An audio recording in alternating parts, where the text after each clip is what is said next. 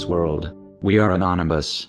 Trin Hin, one of the most knowledgeable construction attorneys in Atlanta, Georgia, was gunned down in broad daylight just minutes after she filed legal requests at a federal courthouse for all U.S. and state of Georgia documents relating to the believed to be Islamic State terror bombing of the I-85 bridge, with Atlanta street sweeper and eyewitness Donnie Booker telling local police about this assassination of Trin Hin said, "She was crossing the road, and he draws out his gun and shoots her 3 times. She drops, and he takes off running, and whose military-bearing assassin was captured on video surveillance recordings running away from the crime scene."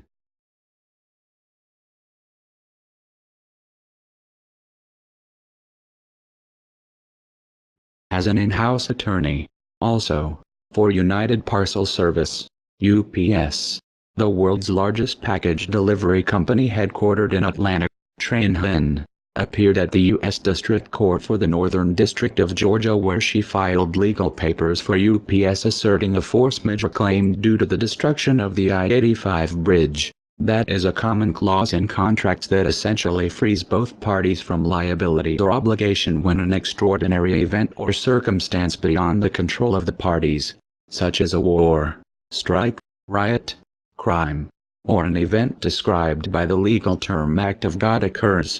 Along with Trin Hin filing her force majeure claim for UPS, her further legal filings contain what SVR analysts say were common and natural legal requests for all U.S. federal and state of Georgia documents relating to the I-85 bridge explosion, but that within 30 minutes of her making these filings, she was assassinated with all of the legal documents she filed then disappearing, becoming non-existent.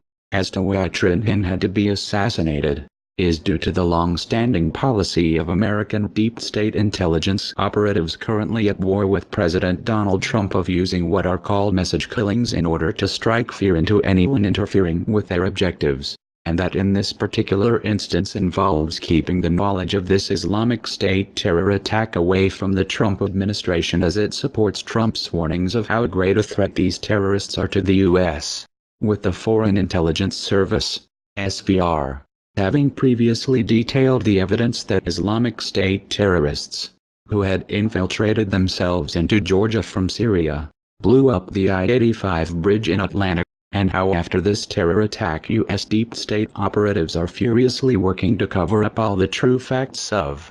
Deputy Director of the Federal Bureau of Investigation, Andrew McCabe, has personally taken charge of this investigation.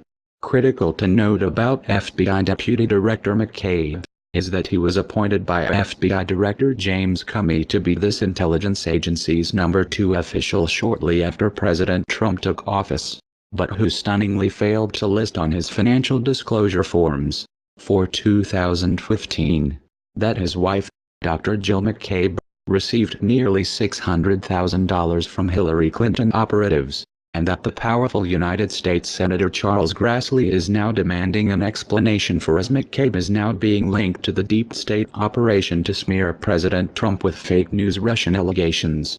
With 700 feet of the I-85 bridge now having to be replaced due to this Islamic State terror attack, and the state of Georgia Department of Transportation breaking with the deep state and revealing that only non-combustible materials were stored underneath it, the assassination of Trin Hin leaves only Atlanta City Councilman Clarence Terrell Martin calling for true facts behind this terror attack to be known, but whom SVR analysts estimate has, most likely, less than 2 weeks before he too is neutralized, like all of the other great American truth seekers that have gone before him.